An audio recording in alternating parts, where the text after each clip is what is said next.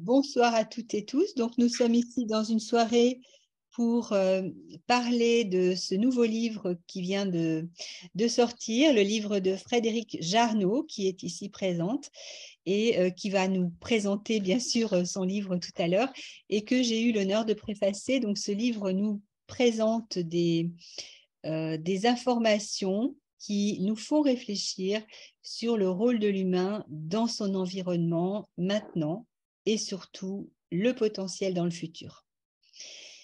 Voilà, donc bonsoir Frédéric. Bonsoir Anna. Merci. Bonsoir à toutes et tous. Ben oui, bonsoir à tout le monde en effet. Et donc, eh bien, je vais peut-être vous proposer de commencer par nous parler un peu de cet ouvrage que vous avez écrit. Quel est le sujet de ce livre? Alors en fait, le livre a plusieurs sujets.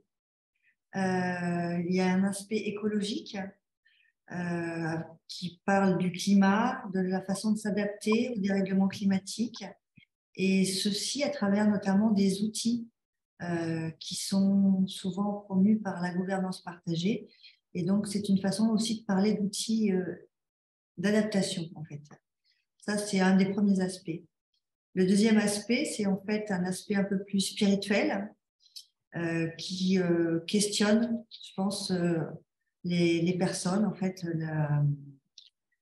les lecteurs pourront être amenés à se questionner sur leur spiritualité et peut-être aussi, on présente quelques rites, quelque chose comme ça. Mais le sujet vraiment principal, le cœur du livre, c'est l'interaction avec les animaux. C'est vraiment le grand sujet du livre, l'interaction entre humains et animaux. D'accord. Donc, ce livre qui a pour titre Renaturer et eux, nous parle de trois grands thèmes. Évidemment, la relation avec les animaux, eh bien, elle est extrêmement reliée à la relation avec notre environnement, puisque les animaux, ce sont les membres vivants, les êtres vivants dans notre environnement qui sont les plus proches de nous. Donc, c'est ceux vers lesquels on aurait tendance à se tourner le plus facilement, ceux qu'on comprend le plus facilement, évidemment aussi en tant qu'être humain. Et ce sont aussi ce qu'on appelle des indicateurs du milieu, c'est-à-dire des êtres qui nous permettent aussi, par leur nombre, par leur état de santé, par leur déplacement, etc., de savoir où nous en sommes dans notre lien humain avec l'environnement.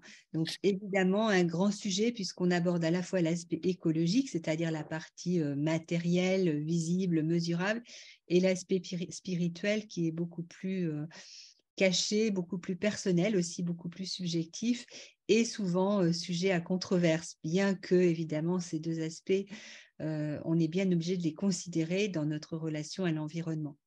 Donc, Tout à fait. certaines cultures voient ça d'une façon plus facile de se relier à l'aspect environnemental, c'est le cas de notre culture occidentale, et puis pour d'autres, c'est plus l'aspect spirituel qui va les interpeller a priori. Donc Frédéric, là, vous avez fait un travail de jonction, un travail de synthèse ou un délicat travail d'équilibriste. De lien, ouais, je crois, de mise en lien entre les différentes questions Oui, qui traversent notre époque. c'est ça. Hein. Et finalement, je ne veux pas évidemment déflorer le livre, puisque l'idée, c'est de vous donner envie de le lire et de vous parler de cette démarche. Mais tout ça, c'est vécu non pas d'une façon théorique, intellectuelle, avec des grands chiffres, mais à travers le parcours d'une jeune femme qui finalement, effectivement, elle aussi est traversée par ces grandes tendances et ces grands tiraillements. Tout à Comment est-ce fait. qu'elle s'en sort? Qu'est-ce qu'elle devient? Alors en fait, j'ai souhaité en effet parler de questions sérieuses, mais de le faire de façon à hauteur d'humain. En fait, ce n'est pas une héroïne, ce n'est pas une personne extraordinaire, c'est quelqu'un comme vous et moi, et qui n'a pas choisi d'avoir une aventure extraordinaire, qui n'a pas choisi de relever des défis, mais ça lui arrive, tout simplement. Ça lui arrive, et parce qu'elle a une certaine sensibilité, une certaine réflexion par rapport à sa vie, elle ouvre certaines portes et elle se laisse guider par ce qui lui arrive. En fait, elle tire les fils, enfin non, elle suit les fils que lui donne la vie. Et c'est en ça, je trouve que ça permet peut-être au lecteur de rendre envisageable cette sensibilité, de la rendre peut-être humaine et à proximité de tous. Oui, une sensibilité qu'on a tous et toutes, mais évidemment dont on ne sait pas trop quoi faire dans notre monde matérialiste, qui parfois nous dérange, qui nous met mal à l'aise. Et là, on suit un personnage au quotidien qui va nous, peut-être pas tout à fait au quotidien, mais enfin en tout cas dans son cheminement, qui euh, qui nous montre comment elle est embarquée par sa sensibilité et comment ça l'emmène dans quelque chose de complètement extraordinaire, de complètement transcendant. Et c'est ce qui est à notre porte, à notre portée, à chacun. Tout à fait.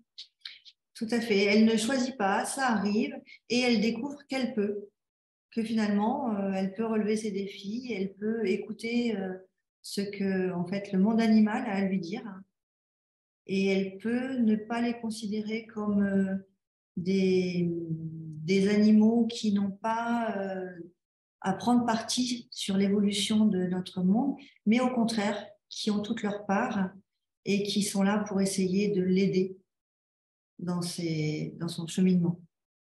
Oui, parce qu'en fait, les défis, on pourrait les nommer autrement, ce sont les animaux. Ce sont des animaux qu'elle rencontre sans le faire exprès et qui viennent lui délivrer des messages grâce à un processus qui se produit spontanément chez elle et qu'on apprend volontairement si on s'intéresse à cette démarche de la communication intuitive que j'enseigne depuis plusieurs années. Donc, il se trouve que c'est une personne qui est capable de cette intuition spontanée, dont nous sommes tous plus ou moins capables, bien sûr, mais que nous n'écoutons pas toujours. En effet. Alors, elle écoute, mais elle ne sait pas trop quoi faire de ces messages, en fait. Voilà, elle n'a aucune idée de ce qui lui arrive. Juste, elle est d'accord pour aller voir ce qui se passe. Elle est d'accord pour étudier, pour être ouverte et pour entendre ce qu'on peut avoir à lui dire. Donc déjà, hein, une capacité qui est là, embryonnaire, mais quand même présente. Et puis, une âme qui s'ouvre, hein, qui accepte de regarder ces petits interstices un peu bizarres, un peu curieux, un peu déroutants, et on voit où ça l'amène. Tout à fait. Et ça l'amène, on suit le personnage sur plusieurs décennies. Donc, c'est tout un processus d'apprentissage et toute une évolution. Donc, on la suit dans sa vie, non pas seulement qu'à partir de ce qui se passe en interaction avec les animaux, mais également sa vie amoureuse, sa vie amicale, ses changements de lieu, enfin voilà, de, de mode de vie, enfin voilà. Donc on la suit dans tous les aspects de sa vie. Et la communication intuitive avec les animaux est un aspect qui l'aide à évoluer, mais également qui se répercute dans tous les aspects de sa vie. Oui, comme c'est le cas évidemment pour toutes les personnes qui souhaitent apprendre la communication intuitive. On pourrait imaginer que c'est une volonté de se servir de cet outil pour évoluer, mais en fait, ça se produit effectivement à notre insu. Hein. Et là, on ne va pas dire l'héroïne, mais le personnage principal du livre montre bien ça, ça déteint en fait, hein, même si elle ne s'en rend pas vraiment compte et même si évidemment elle ne le choisit pas dans son cas.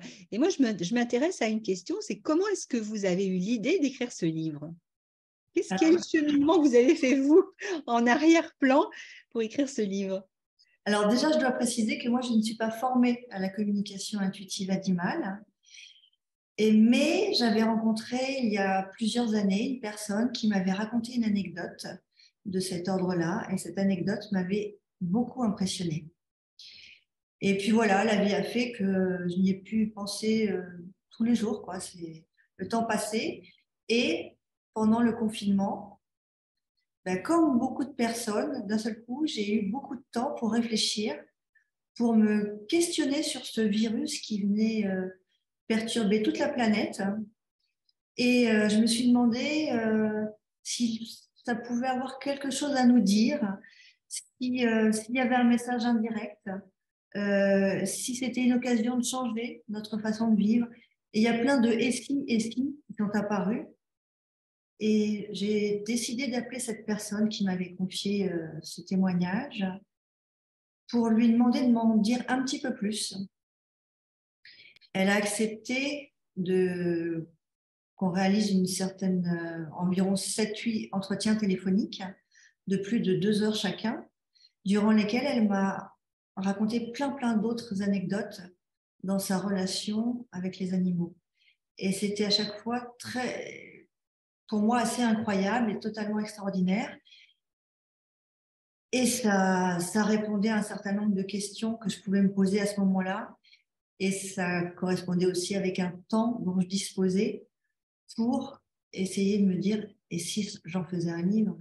Et si j'essayais de partager ça au plus grand nombre d'une façon qui soit abordable, qui ne soit pas réservée à tous ceux qui sont déjà sensibles à cette question-là, mais à ceux qui n'en ont jamais entendu parler ou qui en ont déjà ressenti des petites choses, mais sans oser aller voir trop ce qui se passait. Et voilà, donc le confinement m'a permis de commencer ce travail-là. Et ça a été après, évidemment, un long temps de travail. Et je remercie Marianique, pour la citer, qui a accepté de me confier son histoire. Et à ce moment-là, je ne savais pas du tout si je pourrais aller jusqu'au bout de ce processus, jusqu'au bout de l'écriture. Et elle m'a fait ce don incroyable et cette confiance extraordinaire de partager sa vie. Du coup, les anecdotes qu'elle m'a données font partie du début du livre, mais petit à petit, je m'éloigne de sa propre vie et je crée un personnage totalement fictionnel qui va évoluer différemment de ce que Marianique a pu vivre et nous conduire jusqu'en 2027, donc au-delà de ce qu'on connaît aujourd'hui. Oui, c'est ça, parce que vous n'êtes pas une autrice professionnelle, enfin, dans le sens où vous n'écrivez pas d'un roman tous les 2 ans, comme font certaines personnes. Ça a vraiment été cette rencontre qui a été le déclencheur et ça vous a permis aussi de cheminer par rapport à cette approche et à cette possibilité évolutive, justement. Donc, alors, je voudrais quand même préciser qu'en effet, pour l'instant, je ne vis pas de l'écriture. Et ça, pratiquement, très peu d'auteurs en vivent. Je suis graphiste en parallèle. Mais par contre, j'écris depuis plus de 15 ans. J'ai déjà édité des recueils de nouvelles et j'ai déjà écrit 2 romans précédents que je n'ai pas édités. Et celui-ci, par contre, j'ai décidé qu'il était très important de partager ce message et toutes ces idées-là. Et du coup, j'ai décidé de prendre sur moi de mener ce projet jusqu'à son terme. Voilà, mais donc j'écris quand même depuis longtemps. C'était juste la partie un peu cachée de ma vie. Oui.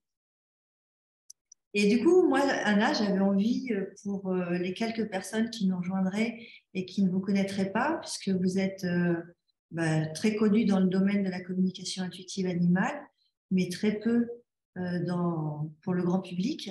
Et j'aurais souhaité savoir un peu aussi, déjà, ou au moins déjà que vous nous présentiez. Oui, alors, moi, j'ai fait un parcours de vie et une carrière professionnelle qui sont reliés très, très étroitement au monde animal. J'ai fait un diplôme de vétérinaire, un métier que j'ai exercé dans différentes circonstances.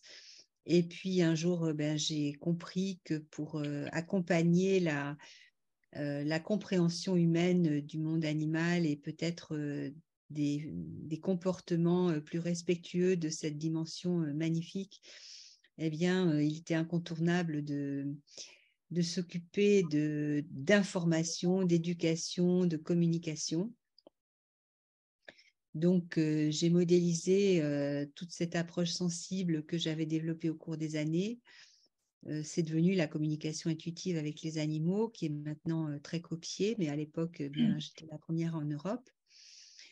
Et j'ai maintenant une activité à plein temps de formation de personnes pour enseigner cette approche et évidemment d'autres approches un peu périphériques autour de la relation avec l'animal. Voilà, donc en résumé, un petit peu mon parcours. La fondation dont je m'occupe gère différents projets qui sont liés aussi à l'éducation au respect du monde animal. Merci. Et alors, je vous ai contacté lorsque je cherchais quelqu'un pour préfacer mon livre, en me disant, bon, je le fais, mais j'ai pratiquement aucune chance. Et contre toute attente, vous avez accepté de préfacer le livre d'une parfaite inconnue. Et j'aimerais savoir pourquoi. Le fait qu'un être humain soit connu dans la société humaine n'est pas un critère pour moi. Soit célèbre ou non, c'est vraiment pas un critère. Moi, je m'attache à l'authenticité de l'intention et puis aussi à la clarté du message. Et j'ai trouvé que ce livre était extrêmement bien écrit dans le sens où il nous ouvre une porte à réflexion. Et c'est aussi ce que j'essaie de faire dans mon travail, de permettre à chacun de devenir plus conscient et aussi plus autonome dans sa capacité de décision. C'est-à-dire que nous devons sortir de ces sentiers battus sur lesquels nous avançons comme des automates. La vie, c'est extrêmement précieux. Une vie humaine, c'est incroyablement précieux. D'avoir la chance de passer une vie sur la Terre, c'est quelque chose de magique. Et donc, ça me paraît extrêmement important que chaque être humain de bonne volonté qui œuvre à éclairer les autres, à leur permettre de prendre un peu plus conscience de cette dimension magique de la vie, de la beauté de la Terre, ça me paraît important de soutenir toutes les initiatives dans ce sens. Et donc, j'ai beaucoup aimé votre livre, je trouve qu'il va tout à fait dans cette direction. Et j'espère que beaucoup de personnes le liront et qu'elles seront aussi émues et surtout transformées par son contenu. Merci, vraiment merci beaucoup en tout cas de l'avoir préfacé, de lui donner du coup une chance aussi d'être davantage lu, puisque vous avez une aura qui est assez importante, je pense, dans ce domaine. Donc voilà, pour moi, c'est super. Et qu'est-ce que vous espérez que ce livre devienne au fond? Alors, quelle est votre mission pour ce livre? Ouais. J'aimerais vraiment que ce livre soit beaucoup lu, justement pour que tout le monde puisse se dire « Ah, mais j'avais jamais pensé à ça ».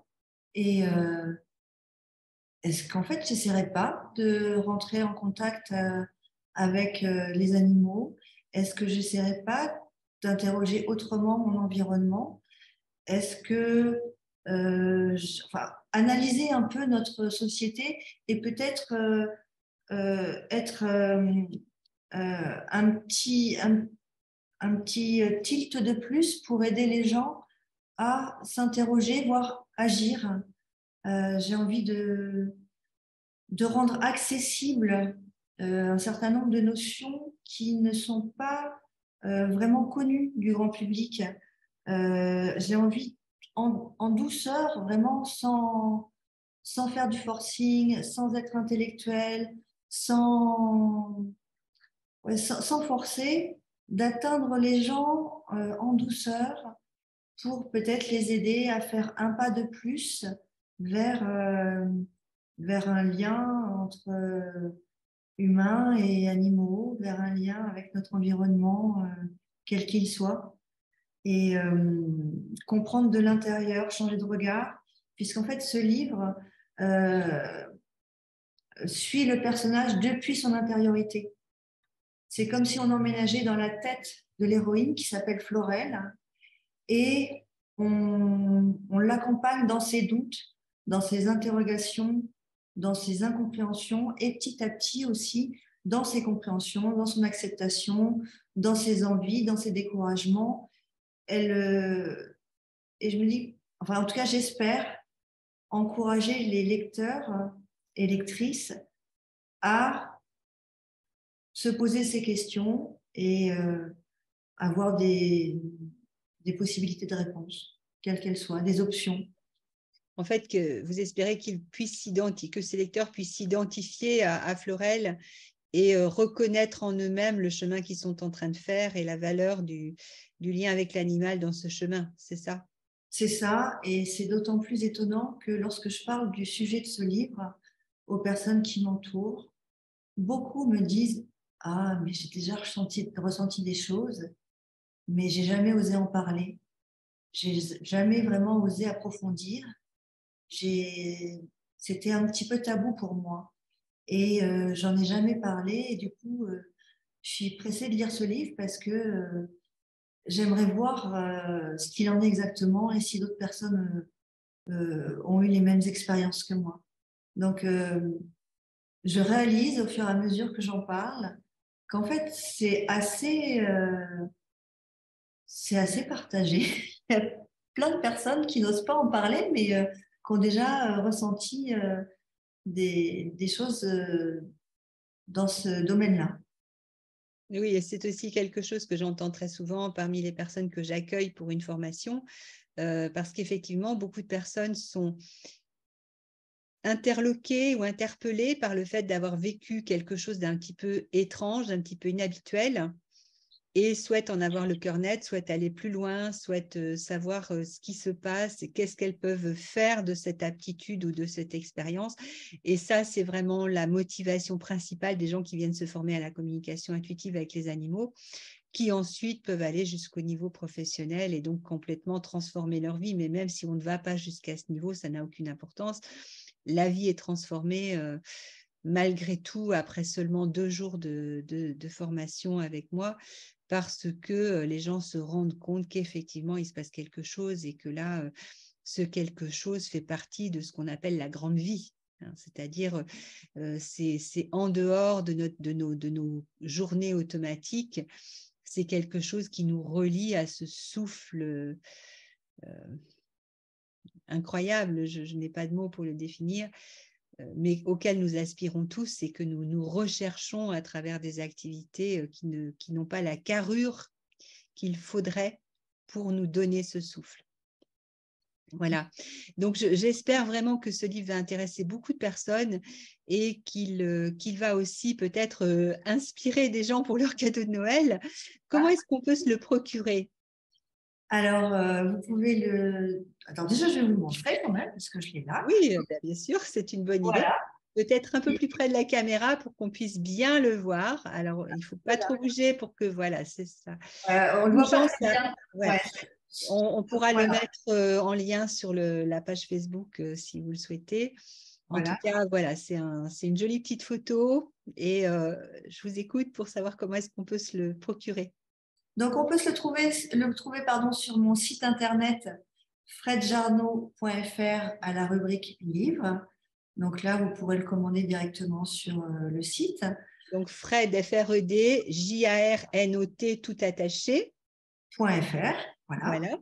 à la rubrique livres. Vous pouvez aussi sur les réseaux sociaux, en me retrouvant pareil sur Fred Jarno, m'envoyer une demande en message privé pour que je vous l'envoie directement à votre adresse si vous n'êtes pas à l'aise sur les commandes de boutique en ligne. Et là, ben, du coup, je vous enverrai contre un RIB ou contre un chèque directement le livre par la poste. Il sera bientôt aussi en version e-book sur la plupart des plateformes numériques, mais ce sera courant janvier, je pense. J'ai pris un petit peu de retard sur l'e-book. Et sinon, bah, dans votre librairie, hein, si vous voulez, actuellement, il n'est pas du tout distribué, mais si vous avez envie de le trouver dans votre librairie, vous pouvez en parler à votre libraire et je peux leur envoyer un certain nombre de livres en dépôt et comme ça, vous le trouverez directement en physique dans votre ville. Voilà, donc pour se résumer, les réseaux sociaux, fredjarno.fr, F-R-E-D-J-A-R-N-O-T.fr, Facebook, Twitter, enfin bon, les réseaux sociaux habituels, un mail tout simplement, ou bien un libraire. Voilà. Enfin, Ben, demandez merci. à votre libraire de me contacter parce qu'il ne l'aura pas immédiatement. Hein. Voilà, donc merci beaucoup Frédéric. Je pense que maintenant on peut peut-être prendre les commentaires ou les questions des auditeurs. Et moi, en attendant les questions des internautes, j'ai une première question, Anna. Euh, Est-ce que la communication intuitive animale est, est accessible à tous ou est-ce qu'il y a certaines personnes qui ne peuvent absolument pas l'apprendre? Oui, la communication intuitive animale est accessible à tous. Il faut faire un effort, hein, c'est comme apprendre le piano. On apprend en pratiquant, en répétant, en faisant des gammes, etc.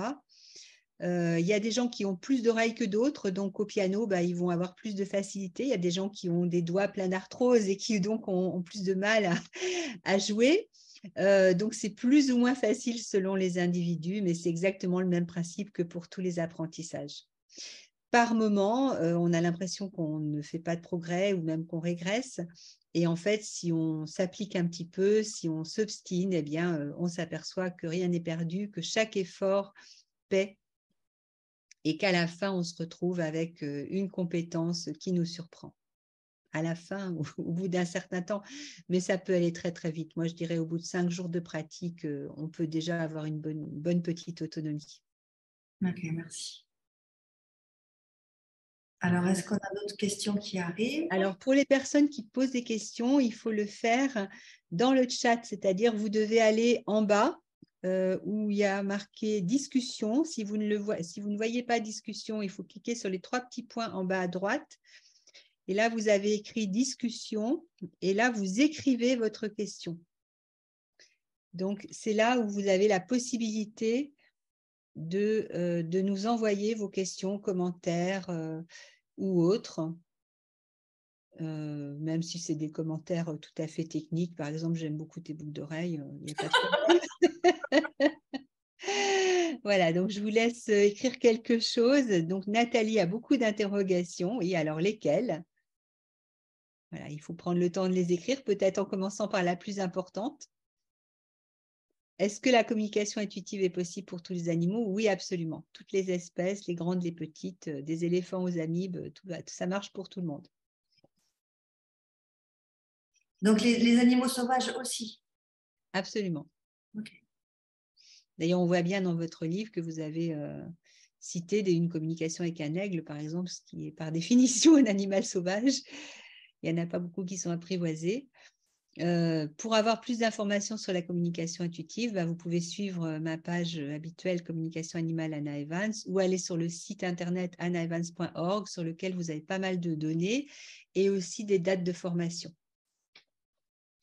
Et donc, les formations que vous organisez, elles ont lieu un peu partout en France ou Alors, un peu partout en Europe, je vais dire, bon, maintenant, là, depuis le Covid, j'en anime plus hors de l'Europe, mais bon, ça reviendra peut-être. Mais oui, elles sont en webinaire ou en direct, ça dépend des formations. Alors là, on a d'autres questions qui arrivent.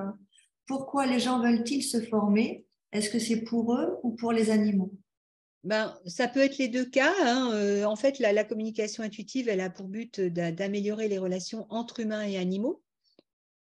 Donc, évidemment, certaines personnes vont vouloir se former parce que, je ne sais pas, leur cheval ne veut pas faire de volte à gauche, et puis d'autres parce qu'ils ont mal au dos en montant un cheval. Donc, voilà, tout est possible. Alors, on a une réaction. Merci pour cette belle présentation. Eh bien oui, merci à vous d'avoir été présent ou présente. Pour moi, c'est un début, donc avec un petit peu de bercement pour me rassurer. Je suis désolée. Mais bon, Oui. voilà. Est-ce que l'humain est un animal? Ça dépend des points de vue. Selon les religieux, non. Selon les biologistes, oui. En tout cas, biologiquement, il a les mêmes attributs, on va dire.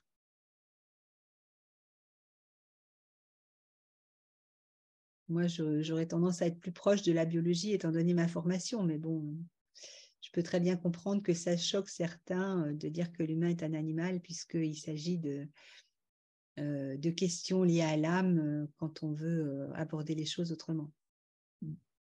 Est-ce que les gens ont comme idée d'améliorer les relations humaines aussi? Ouais.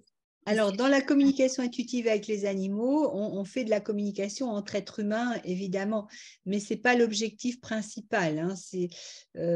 On n'est pas dans de la communication d'entreprise ou dans des choses, la communication non violente qui s'enseigne pour communiquer entre êtres humains. Là, on est vraiment dans l'aspect précis de l'interspécifique. Okay. Voilà. Il y a une question qui demande si ce livre sera disponible en Belgique. Donc, de toute façon, oui, par la poste, moi, je peux l'envoyer un peu partout. Donc, en Belgique, c'est tout à fait possible. Et écoutez, n'hésitez pas après, si le livre vous plaît et que vous avez un libraire attitré que vous aimez bien, oui, ou un envoi direct par la poste. Hein. Voilà, je peux les mettre en dépôt aussi dans des librairies. Mais disons que moi, je ne vais pas démarcher toutes les librairies de France et d'Europe pour le mettre en dépôt. Mais après, par le biais de lecteurs très motivés, il peut aller dans les librairies que vous souhaitez. Alors, question suivante, est-ce qu'il y a un lien avec les thérapies avec les animaux, les chevaux par exemple? Alors, la communication intuitive n'est pas de l'hypothérapie, c'est autre chose. L'hypothérapie, c'est un partenariat entre le thérapeute et l'animal pour le mieux-être d'un individu qui est, entre guillemets, le patient ou le receveur. Dans le meilleur des cas, dans le pire des cas, c'est un thérapeute qui utilise un animal comme un objet pour le mieux-être de son patient. En tout cas, dans la communication intuitive, on n'a pas spécialement l'objectif de permettre un mieux-être au patient. On peut tout à fait être intéressé par autre chose, par exemple, savoir pourquoi un chat urine à côté de sa caisse, ou bien choisir un cheval de sport parmi 2 ou 3 qu'on a présélectionnés. Donc, on n'est pas du tout dans l'idée du bien-être direct et il n'y a pas de patient, il y a des interlocuteurs. Moi, j'ai une question peut-être idiote, mais voilà, j'ai envie de partager.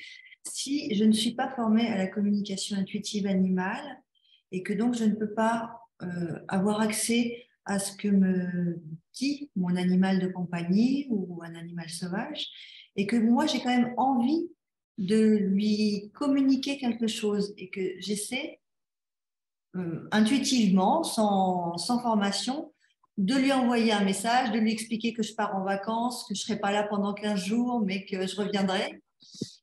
Est-ce qu'il a une chance de me comprendre ou pas du tout?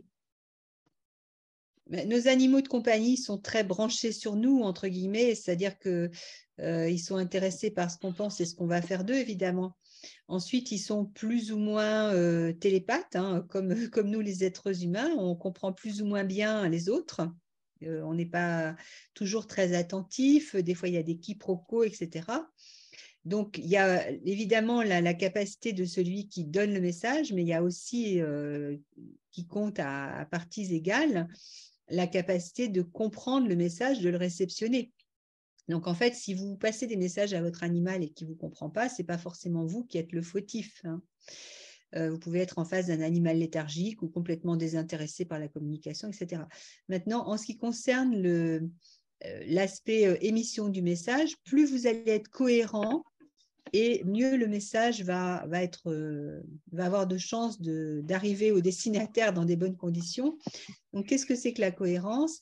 Eh bien, c'est le fait de penser ce qu'on dit, hein, et d'être avec ce qu'on dit. C'est-à-dire que si vous pensez, tiens, je vais aller promener et vous vous asseyez sur le canapé, l'animal ne sait pas ce que vous êtes en train de vouloir, hein, ou ce que vous êtes en train de lui communiquer. Et bien souvent, nous, les êtres humains, ce n'est pas forcément un mensonge volontaire, mais bien souvent, on n'est pas cohérent. Donc, il faut apprendre à être cohérent, c'est une discipline. Et à partir de là, ça devient plus facile pour l'animal de comprendre ce qu'on a en tête. Ok, merci. Avec grand plaisir. Merci à toutes les personnes qui ont participé à cette soirée.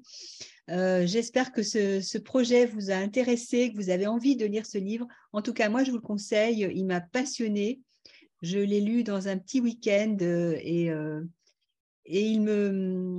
il m'habite encore dans le sens où je pense que ce futur qui est juste un des futurs possibles qui est présenté dans ce livre, eh bien, c'est à nous, à chacun, chacune de l'écrire.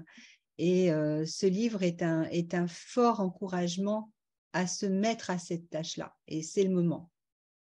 Merci beaucoup, Frédéric. Merci à vous, et merci aux internautes qui nous ont accompagnés durant cette soirée. Bonne soirée à tous. Merci, bonsoir.